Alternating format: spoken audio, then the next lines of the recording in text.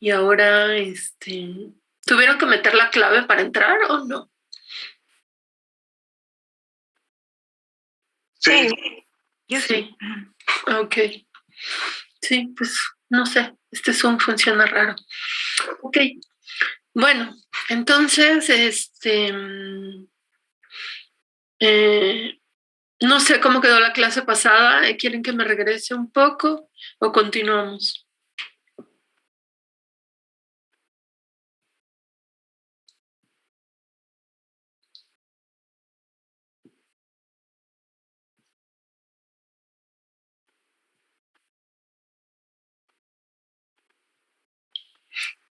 Bueno, voy a continuar, pero voy a regresarme a esta diapositiva, que es el origen del potencial cerebral de superficie.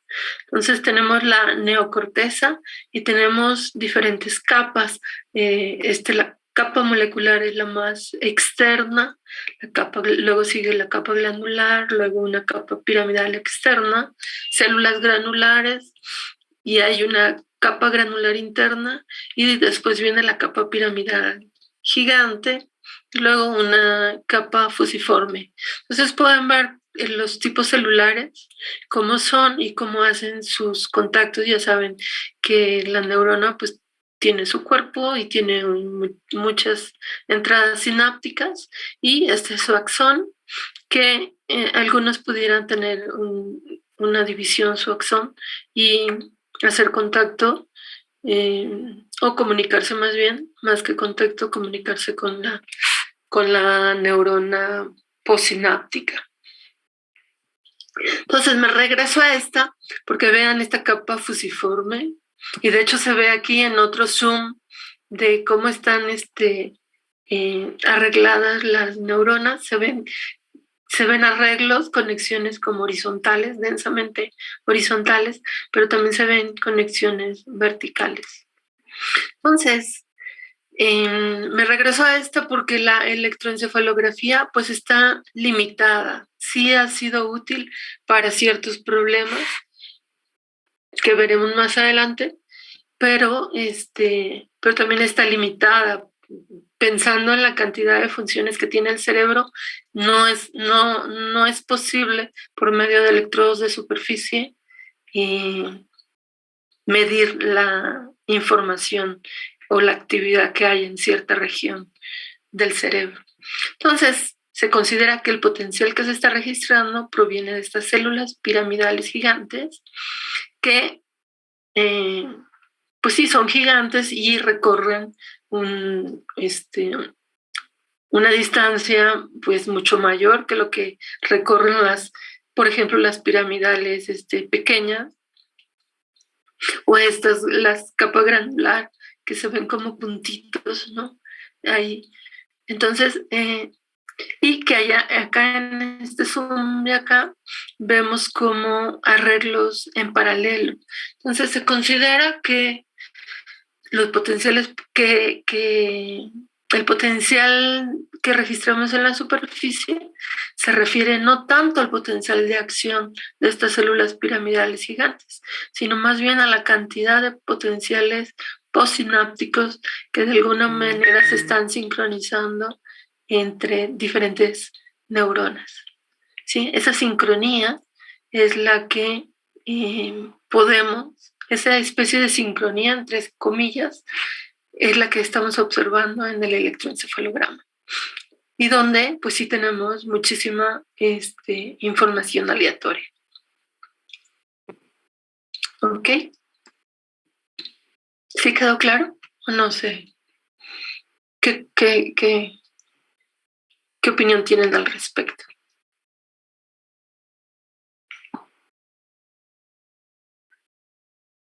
Están muy calladitos, díganme algo.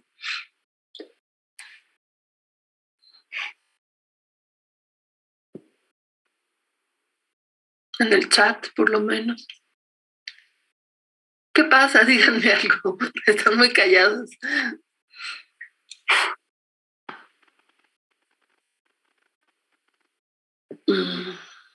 Todo bien, profe. Siguen calladitos. Todo bien, está quedando claro. Ok, pues muchas gracias por darme un comentario. Ok, entonces continuamos. Ajá. Hablé de las conductividades, ¿no? Donde pues está en la última capa del cerebro, es la actividad que se está registrando a partir de 2 electrodos colocados en la superficie de la cabeza. Entonces, pero el cerebro es un volumen, hay mucha información funcional en el centro del cerebro. Esa información difícilmente la vamos a poder registrar a nivel de el cuero cabelludo. Entonces, pues sí, tenemos la capa de líquido cefalorraquídeo, que es la que tiene la más alta conductividad, pero luego se enfrenta con la capa del cráneo, que es la que tiene la peor conductividad. Entonces ahí se nos queda mucha información y junto con el cuero cabelludo hacen una acción como de filtro paso bajas, limitando las frecuencias que toda la información que viene del cerebro limita todas esas frecuencias hasta un máximo de 50 hercios. ¿Sí? De 0 a 50 hercios son las frecuencias que logramos detectar a partir de electrodos colocados en la superficie. Entonces, pues hay diferentes dimensiones de electrodos, de diámetros de electrodos, y está la disposición de la gorra para el sistema 1020, que no hace más que un mapeo más o menos uniforme de toda la cabeza, ¿sí? Para cuando se quiere un electroencefalograma de muchos canales. También existen electrodos invasivos, para tratar de obtener frecuencias mayores en el electroencefalograma y amplitudes mayores, que aunque el área del electrodo es muy pequeña, pero pues ya se rompe la barrera de la piel, que y mejora mucho la relación señal-ruido. Vi los electrodos invasivos, pero ya cuando es necesario hacer la craneotomía, cómo se colocan estos electrodos sobre la corteza cerebral, ¿no? Y que se utilizan para neuronavegación. Vi el sistema 1020, cómo se colocan los electrodos. En el hemisferio derecho tenemos los subíndices pares, en el hemisferio izquierdo tenemos los subíndices impares, y cómo la F muestra pues, la letra muestra la zona en la cual está cercano el electrodo. Entonces tenemos zona frontal, zona central, zona parietal, y acá atrás zona occipital, y acá a los lados zona temporal, ¿no? Temporal de izquierda y temporal derecha.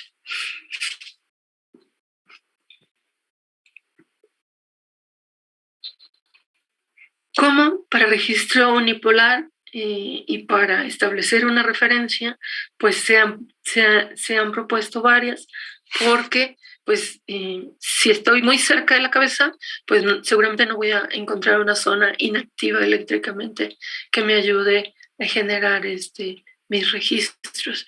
Y si me alejo mucho, me acerco mucho al corazón, y entonces se me mete el ruido del corazón o actividad electromiográfica que ande por ahí alejado, ¿no? Entonces, bueno, dentro de las que se han propuesto es orejas interconectadas, en el mentón o en la nariz, la esternovertebroclavicular, ya a nivel del esternón y de la clavícula, una de collar en el cuello, que es una trenza metálica envuelta en un fieltro empapado, o la promedio tipo Wilson. De plano me quedo con todos los electrodos que tengo conectados, pero genero un medio, y entonces con eso se logra cierta estabilidad, teniendo el problema o la desventaja que para registros de pocos electrodos, pues no es muy conveniente, solamente funciona en registros multielectrodos. Y si mal no recuerdo, aquí se cortó la comunicación. Les estaba mostrando entonces un electroencefalograma típico donde no se le está pidiendo al sujeto nada, solamente que esté relajado. ¿Sí? Entonces, pues se puede ver como hay una actividad ahí aleatoria fluctuando sin que se observe ningún patrón característico. ¿Sí? Entonces es un sujeto sano que tiene, si sacamos su espectro en frecuencias, pueden ver cómo, sí, aquí hay un componente en DC en 0 hercios y luego tenemos aquí componentes altos entre los 0 y los 2 hercios y luego podemos ver como hay componentes un poquito más altos hasta tener frecuencias altas como hasta los 30 hercios, un poquito más altos de los 30 hercios, hay componentes en frecuencia. Entonces hay libros que dicen que el componente en frecuencia de la señal electroencefalográfica llega hasta 100 hercios. Por eso solamente se puede obtener si utilizamos electrodos invasivos. Entonces este es un registro de electroencefalografía no invasivo. Cuando mucho llegan las frecuencias a 50 hercios. Bueno, entonces esto se considera que la actividad del electroencefalograma, que se conoce cuando no se le pone ninguna tarea al sujeto, se le conoce como eje de fondo, donde ese eje de fondo se modela como una señal aleatoria. ¿Sí? O ruido blanco. Ok. Sin embargo, sí es posible obtener patrones en el electroencefalograma. Tenemos, cuando generamos este tipo de patrones, ya podemos ver aquí onditas repetitivas. Esa actividad se conoce como alfa y es cuando el sujeto cierra los ojos y está acostado, relajado. No está durmiendo, pero sí está relajado.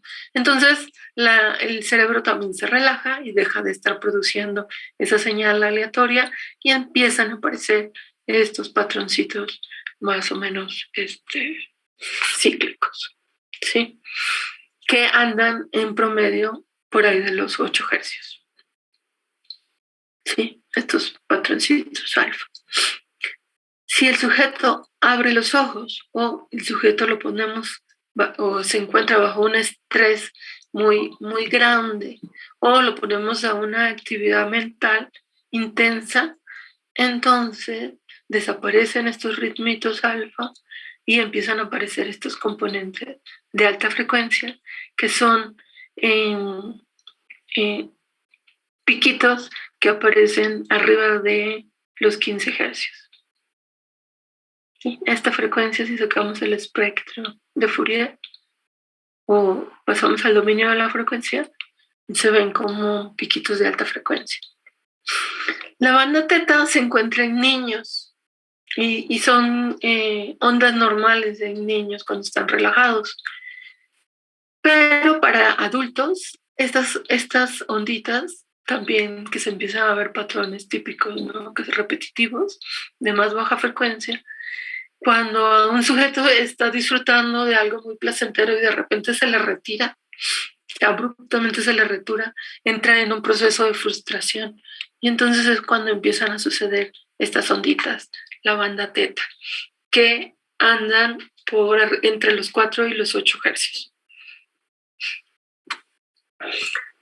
Y la banda delta, no pueden ver cómo cambió la frecuencia tremendamente a muy baja frecuencia de estos patrones grandes, ¿no? De gran amplitud. Aquí podemos ver la relación en amplitud, 50 microvoltios, la relación temporal de un segundo. Aparecen estas onditas por abajo de los 4 hercios. Esa es la banda delta. Y estas aparecen cuando el sujeto se encuentra en sueño profundo. Entonces, pues el cerebro se apaga todavía más. Claro que siempre está funcionando el sistema vegetativo, el involuntario, y aparecen, y bueno, no es que vayamos a encontrar una línea isoeléctrica por estar dormidos, entonces que el cerebro se apague, ¿no? Eso no es posible, nunca se apaga, sino hasta que nos morimos. Entonces, pero sí, si comparamos con esta aleatoriedad de la banda beta, pues sí vamos a ver acá cómo hay una gran sincronía de los grupos piramidales, de las células piramidales, hay una gran sincronía que empieza a hacer que aparezcan estos patrones característicos de la señal de un sujeto que se encuentra no solo relajado, se encuentra en sueño profundo. ¿Ok? Entonces, repito, sueño profundo, momentos de frustración, actividad mental alta o estrés alto y un sujeto relajado permite ver sincronía en las células piramidales gigantes que nos presentan entonces estos patrones en la señal electroencefalográfica. Y aquí tenemos la banda delta de 0 a 3.5 Hz, la banda teta de 4 a 7.5 Hz, la banda alfa de 8 a 13.5 Hz y la banda beta de 14 a 30 Hz. Y luego hay una otra clasificación que es la beta 2, que va de 30 a 50 Hz, ¿no? Ya son muy altísimas frecuencias que se detectan. Podemos ver comportamientos del electroencefalograma cuando está despierto en alerta, cómo disminuye la amplitud, ¿sí? Por la gran actividad que hay aleatoria en el cerebro, esa misma gran actividad aleatoria se promedia con las demás actividades vecinas y entonces por eso disminuye mucho la amplitud del potencial que se registra. A diferencia de cuando está relajado, entonces pues ya no se promedia esa gran actividad aleatoria y empieza a ver estas características de células sincronizadas. Aquí adormilado empiezan a aparecer los patrones de más baja frecuencia, ¿sí? Estas ondas grandes, y en sueño profundo, como aparecen ondas de gran amplitud y muy baja frecuencia, que también es posible detectar estos patrones en sujetos, todo esto para sujetos normales, pero estos sujetos de sueño profundo, banda delta o estas frecuencias abajo de los 3.5 Hz, aparecen también cuando hay tumores, ya que la zona está dañada, entonces desaparece la aleatoriedad de las células y empiezan a aparecer una sincronía de ondas debido a la disminución de la actividad aleatoria, ¿no? Por la zona de daño, por el tumor. Y también se puede generar estos patrones de baja frecuencia cuando ponen al sujeto a hiperventilar. Ya saben, está respirando muy rápidamente el sujeto y la gran concentración de oxígeno y poca eliminación del CO2 empieza como a intoxicar a las células y entonces empiezan a funcionar extrañamente, ya no producen sus potenciales de acción y entonces aparecen estas bajas frecuencias. Entonces, esta banda delta aparece en sujetos sanos, en sueño profundo, en sujetos que están sobre una maniobra de hiperventilación o en casos anormales cuando hay tumores en los electrodos que están cercanos a la zona del tumor. Son los que detectan la actividad de baja frecuencia. Y otros casos anormales cuando tenemos epilepsia, la epilepsia que se conoce como hay dos tipos de epilepsia, la generalizada y la parcial. Dentro de la generalizada está esta que se conoce como petit mal, que sí es una señal de gran amplitud. Vean aquí la relación de 50 microvoltios, casi parecida a las ondas de la banda delta. La de gran mal sí es, casi todo el cerebro se encuentra en gran actividad y entonces es posible ver estos patrones, fíjense, gigantescos de amplitud. Estamos ya en 100 microvoltios, ¿sí? De amplitud, arriba de 100 microvoltios de amplitud. Hay otra epilepsia que es parcial, que se conoce como la psicomotora, donde también aparecen estos componentes de baja frecuencia y donde solamente, al ser parcial, pues solamente lo detectan los electrodos que están cercanos de la zona que está produciendo el patrón epileptógeno.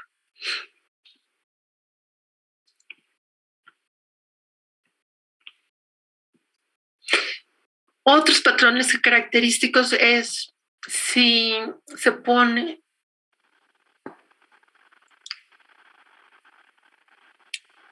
sí, justo cuando se está teniendo el ataque. Efectivamente, Gamaliel. Gracias. Es que no la quería interrumpir. No hay problema, no hay problema.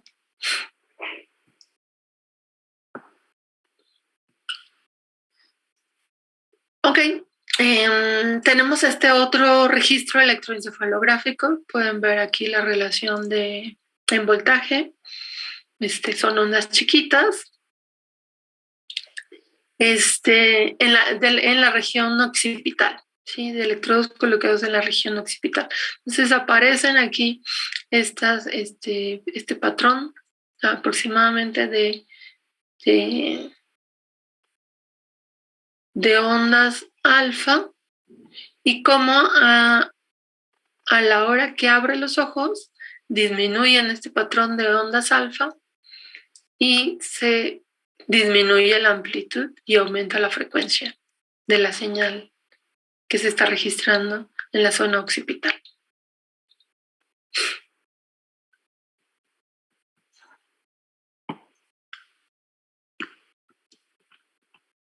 Acá está el electroencefalograma durante una maniobra de hiperventilación.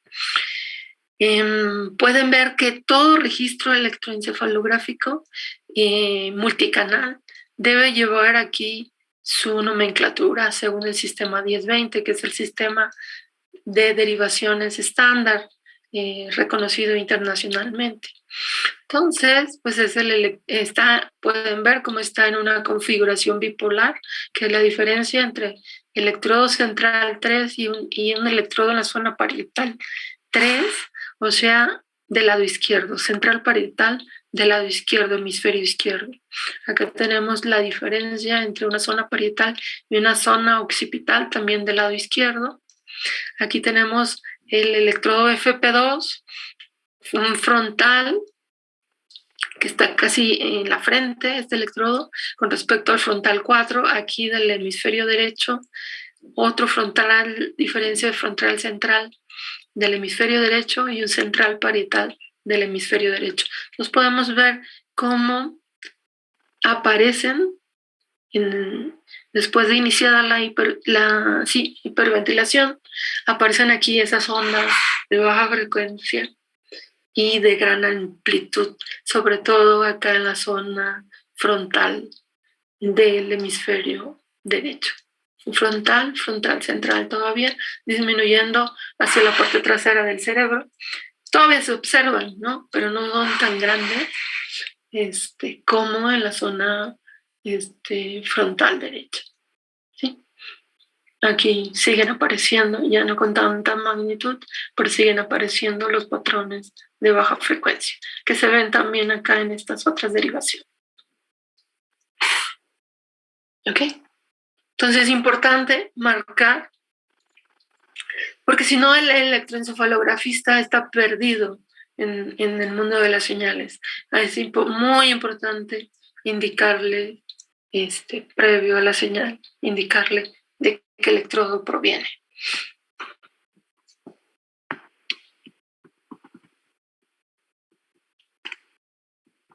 Ok, entonces el estándar también de electroencefalografía dice que mínimo para fines de diagnóstico hay que presentar 32 canales. Hay que obtener el registro de 32 canales en paralelo para fines de diagnóstico. Entonces, imagínense si aquí estamos viendo 3, 4, 5 canales y tratar de detectar, no sé, ahorita aquí es muy claro la actividad de hiperventilación que se ve en todos los canales, pero si están tratando de obtener focos epileptógenos que se aparecen como espigas, ¿no? Espigas que aparecen de repente en el registro. Entonces se ha propuesto desde el punto de vista de procesamiento de señales estrategias de reducción de la información, como de promediación de la información. Uno de ellos es el histograma de frecuencias. Entonces la idea es presentar no los 32 canales, sino presentar el espectro en frecuencias por zonas. Por ejemplo, la zona frontal izquierda, frontal derecha, frontal parietal izquierda, frontal parietal derecha, temporal izquierda, temporal derecha, temporal occipital izquierda y temporal occipital derecha. Entonces, por medio de 8 gráficas, se está monitoreando toda la actividad cerebral. Y aquí lo que podemos apreciar, y no lo estamos viendo, el comportamiento, bueno, está cambiando estos histogramas en el tiempo, pero no estamos viendo un gráfico en el tiempo, sino un gráfico muestreado en la frecuencia, en base a las bandas que les describí anteriormente, la banda delta, la banda teta, la banda alfa y la banda beta. Entonces, lo que podemos ver aquí, así rápidamente, pues es de que en la zona frontal derecha, temporal derecha, tenemos una gran actividad de la banda alta y de la banda teta, de bajas frecuencias, ¿sí? Probablemente indicando que tiene un problema desde el punto de vista de un tumor, ¿sí? O una zona de daño como un infarto, donde las células están muertas. En la zona frontal derecha, temporal derecha, ¿sí? Mucho más grande en la zona frontal derecha, por esta gran amplitud que hay en las bajas frecuencias. ¿De acuerdo? Entonces es una forma muy rápida de observar un posible problema mediante esta nueva representación de la actividad funcional eléctrica.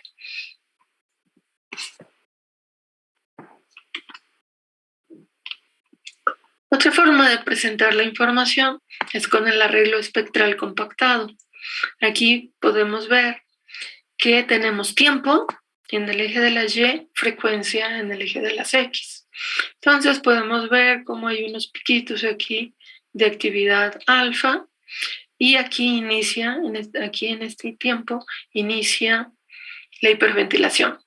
Lo que se tienen aquí son pedacitos de tiempo. Sí, aproximadamente de 4 segundos. 4 segundos se saca su espectro y vemos su comportamiento en la frecuencia. Otros 4 segundos y así vamos subiéndonos cada 4 segundos, sacando el espectro en frecuencia y así es como se hace el gráfico que se conoce como tiempo-frecuencia, ¿no? Entonces les decía que cuando inicia el registro de los primeros 4 segundos empiezan a aparecer aquí unos piquitos que representan la información de que el sujeto está relajado con ojos cerrados, ¿sí? Actividad alfa. Pero a medida que empieza el sujeto a hiperventilar, empiezan aquí a crecer, a aparecer ya estos componentes de baja frecuencia, siendo aquí muy notorio los componentes de baja frecuencia y que sí están llegando hasta casi los 8 hercios, que son los componentes alfa. Termina la maniobra de hiperventilación, todavía aparecen un tiempo después los componentes de baja frecuencia, para después aparecer nuevamente, desaparecen casi por completo y aparecen nuevamente los componentes alfa, ¿no? De que el sujeto ya se recuperó y está relajado con ojos cerrados. Entonces, ojo, la maniobra de hiperventilación no se da por más de 2 o 3 minutos. Más de 2 o 3 minutos el sujeto pudiera marearse y pudiera inclusive desmayarse. Entonces, cuando lo hemos hecho en los laboratorios, cuando el sujeto no se puede dormir, casi siempre les pido ya estas que es la 7ª semana, ya ustedes ya llegan medios desvelados. Entonces ya hay unos que se duermen, nada más se acuestan y se quedan dormidos y detectamos una actividad delta muy bonita. Por ahí sujetos que no, que más bien, más que relajados, más que adormilados, vienen estresados, ¿no? Entonces es imposible hacerlos dormir. Entonces los hacemos hiperventilar no más de 3 minutos y logramos bajar su estrés, su actividad de alta frecuencia, logramos ondas de baja frecuencia.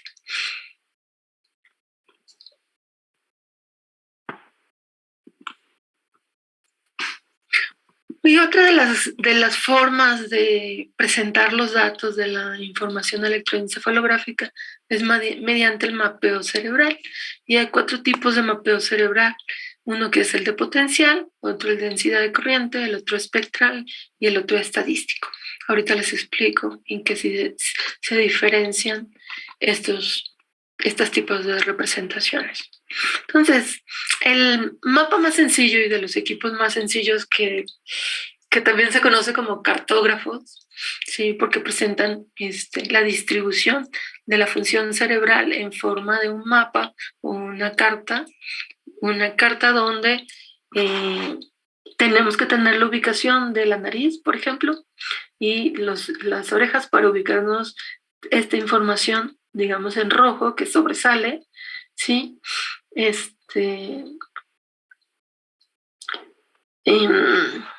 una información que sobresale y que es importante en este mapa poner ¿cómo se llama? La paleta de colores, indicando también el potencial que estamos registrando. Entonces, para saber que en verde tenemos una zona de baja actividad, de bajo potencial, y en la zona roja y en la zona azul, actividad de alto potencial, en azul negativa y en rojo positiva. ¿Sí? Entonces podemos ver acá cómo se está formando un dipolo en la zona izquierda frontal. Aquí se está activando esta zona, probablemente porque se le está estimulando al sujeto a que tenga gran actividad frontal, como puede ser un pensamiento, un razonamiento matemático puede ser. Y estamos forzándolo a que su lóbulo frontal izquierdo se active. ¿Ok? Entonces es otra forma de representar la información electroencefalográfica. Entonces, ¿cómo logramos este mapa? Pues para empezar necesitamos pues muestrear en varios canales toda la cabeza, ¿no? Típicamente 32 canales, el mínimo de canales que se emplean para el mapeo cerebral.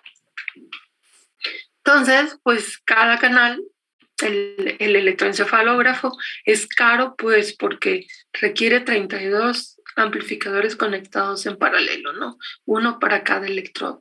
No se utiliza multiplexores, ¿no? Sino se utiliza un amplificador por cada electrodo conectado, por cada canal que se quiere visualizar. Entonces, cada uno de esos canales es digitalizado, todo esto se presenta en la computadora y ya en la computadora lo que se hace es una interpolación con splines cúbicos. ¿Qué hace eso? Pues es que solamente tenemos la información del electrodo, ¿no? Solamente tenemos la información puntual del electrodo, entonces necesitamos rellenar la zona interelectrodos y para eso se ocupan los métodos de interpolación. Por ahí desde interpolación lineal, ¿no? Hasta interpolaciones de orden alto, encontrándose que hay un tipo de curvas que son las curvas suaves son polinomios de orden 3, que con estos polinomios sigue más o menos el comportamiento funcional del cerebro de una región alta, ¿sí? Entonces, se ha encontrado que los splines cúbicos son una buena herramienta para usarla para los interpolantes de los mapas cerebrales.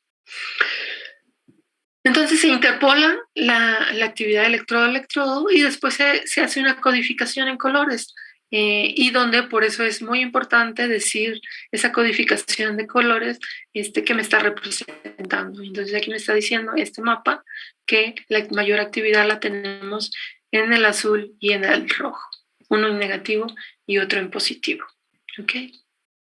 Y luego se hace la proyección del mapa, porque estamos partiendo de electrodos colocados en la cabeza de un sujeto, una cabeza que es en 3 dimensiones, ¿sí?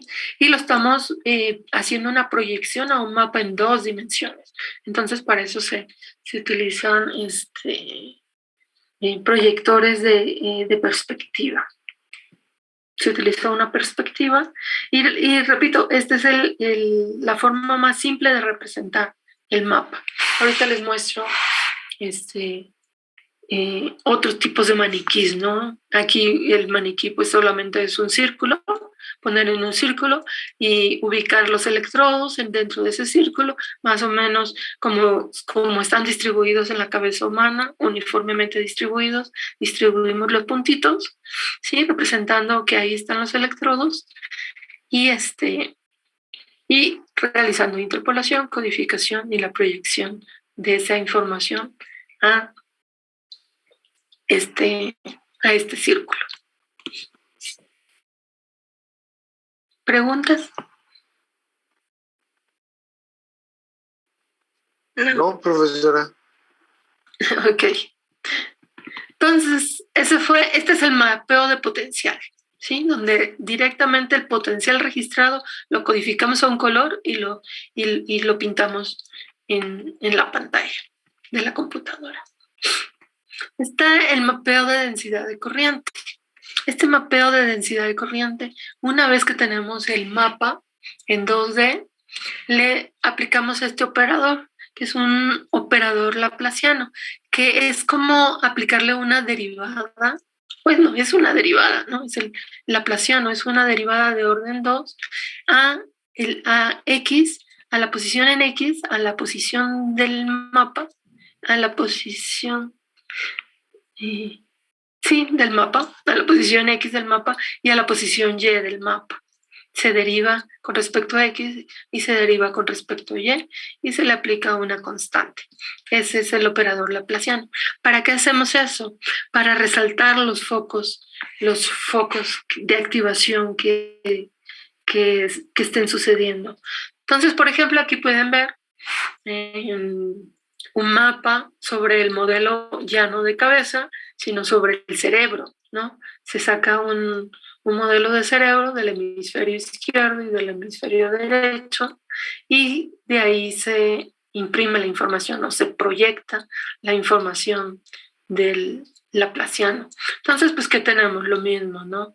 Mi registro de mis n canales, mi conversión analógico-digital, mi interpolación con splines cúbicos, mi codificación a color, y ya que lo tengo como imagen, le aplico el operador laplaciano para focalizar la información y por último proyectamos ahora no a un círculo, sino a un volumen que es el volumen cerebral o este maniquí que está representando el hemisferio izquierdo y el hemisferio derecho.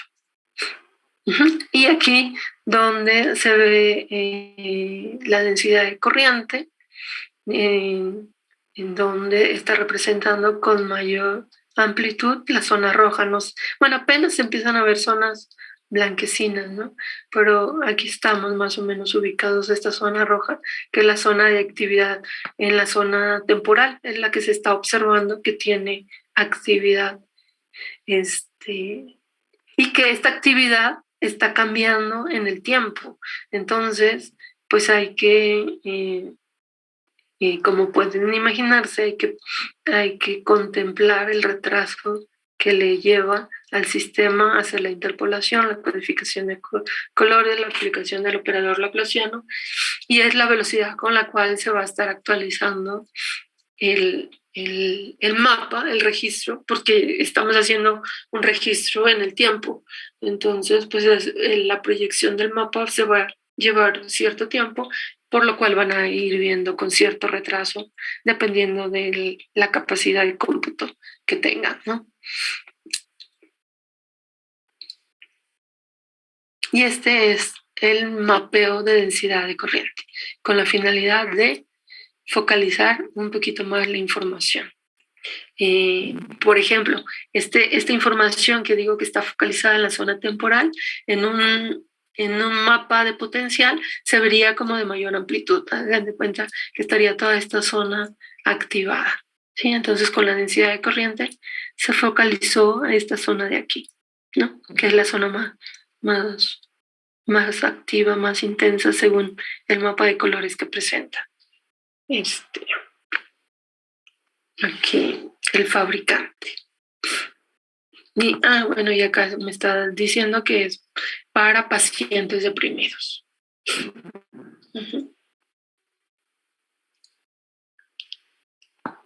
¿Preguntas? Entonces la implementación de este tipo de mapeo es igual que la del de potencial. O sea, nada más es agregar lo del operador locación. Sí, ya que se tiene la imagen, se aplica el operador Laplaciano. Ok.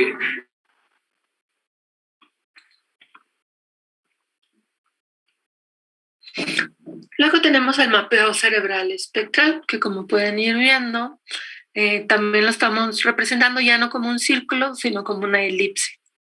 ¿Sí? Y entonces indicando cuatro mapas, porque cada uno de estos está representando una banda de frecuencias. Nuevamente dividimos aquí a la banda de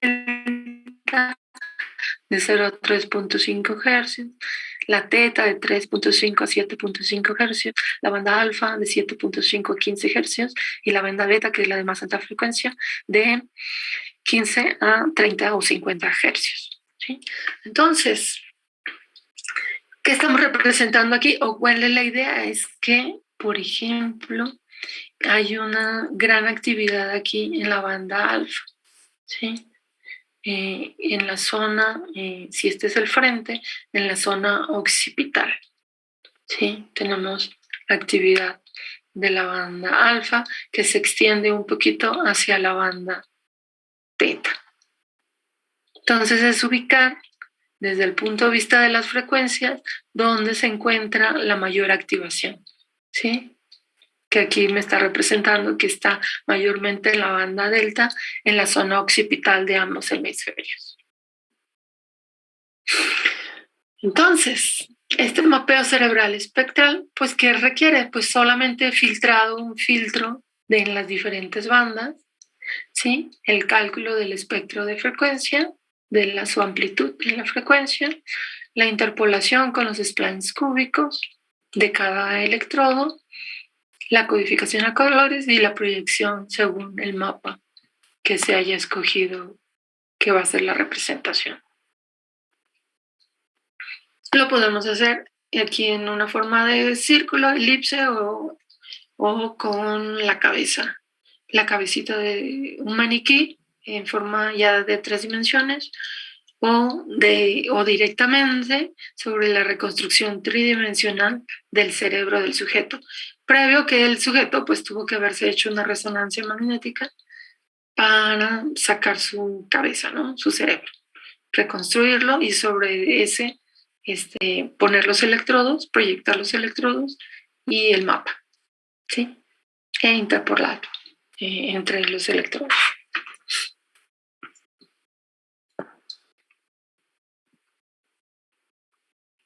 Y por último se tiene el mapeo estadístico para cuando se quieren hacer comparaciones de poblaciones, ¿no?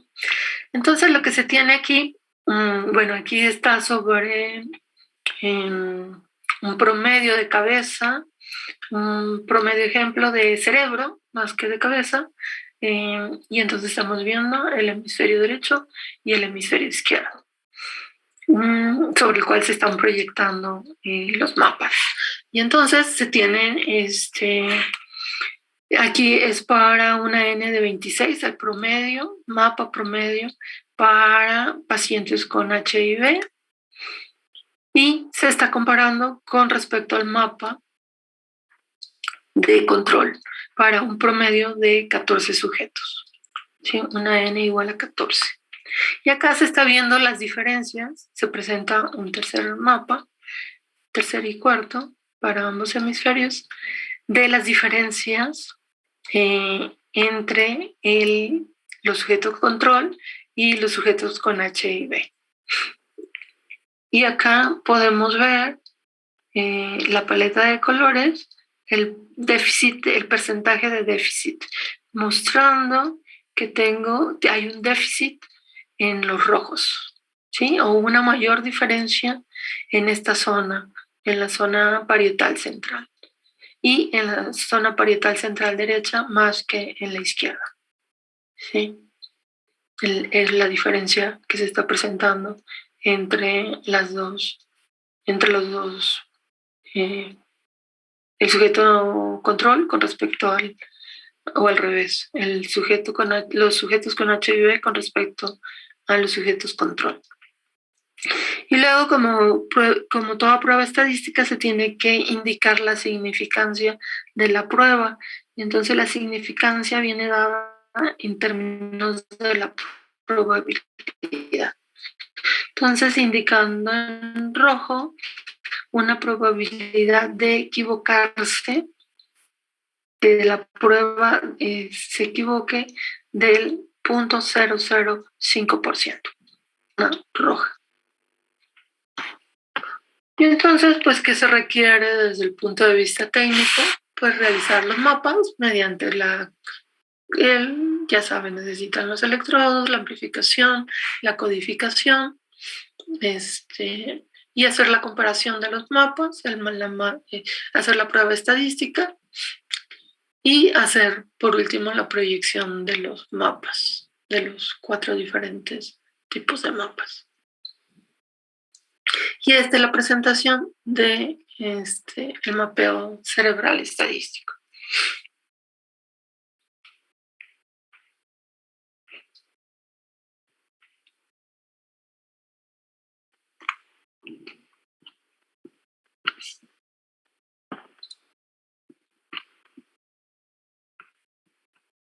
¿Les gusta el mapeo cerebral?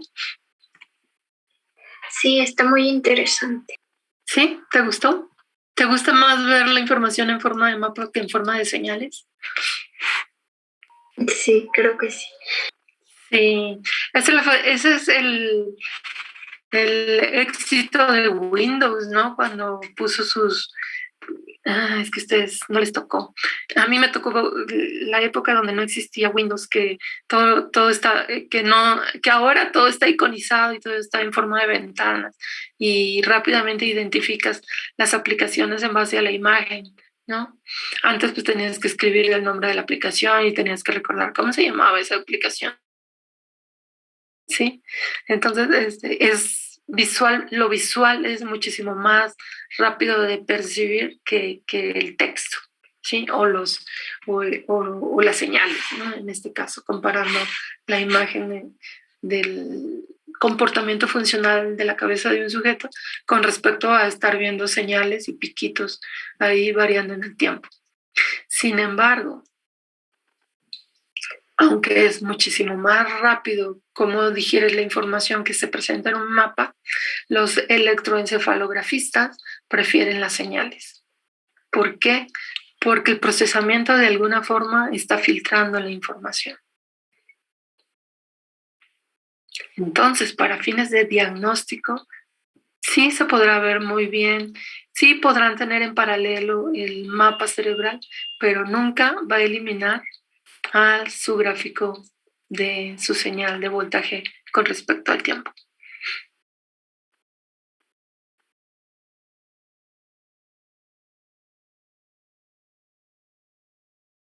Por muy bonitos que se vean en 3 dimensiones y sobre el cerebro. ¿Qué opinan?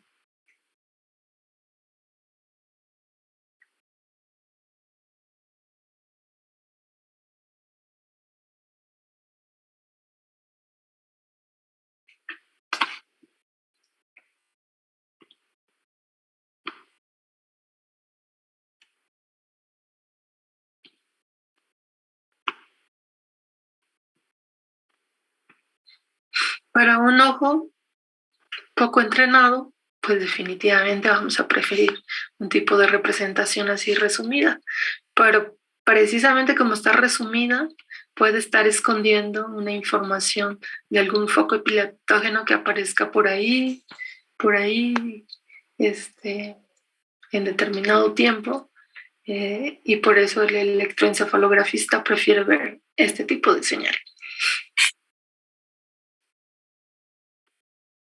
Y en 32 canales si es con fines de diagnóstico.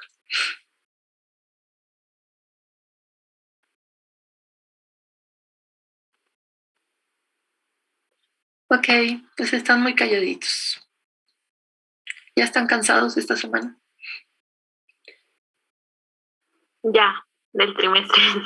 Sí, ha estado pesado. Sí. ¿Cuántas materias llevas?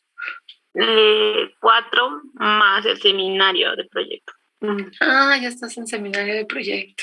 Sí. No, pues sí. Ok, pues bueno, eso sería todo por hoy.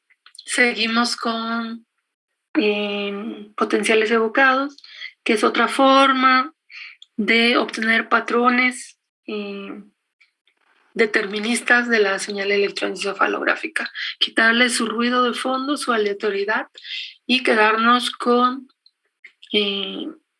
patrones que vengan de cierta zona de activación, como puede ser la zona occipital, porque le estamos estimulando visualmente, o la zona temporal, porque estamos estimulando auditivamente, o la zona parietal, porque estamos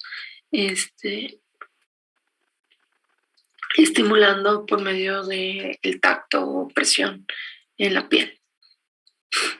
Ok, bueno, pues nos vemos, disfruten de las fiestas patrias, nos vemos el próximo viernes. Gracias, profesora, igualmente. Hasta luego. Gracias. Gracias. Gracias, profesora, igual. Recording stop.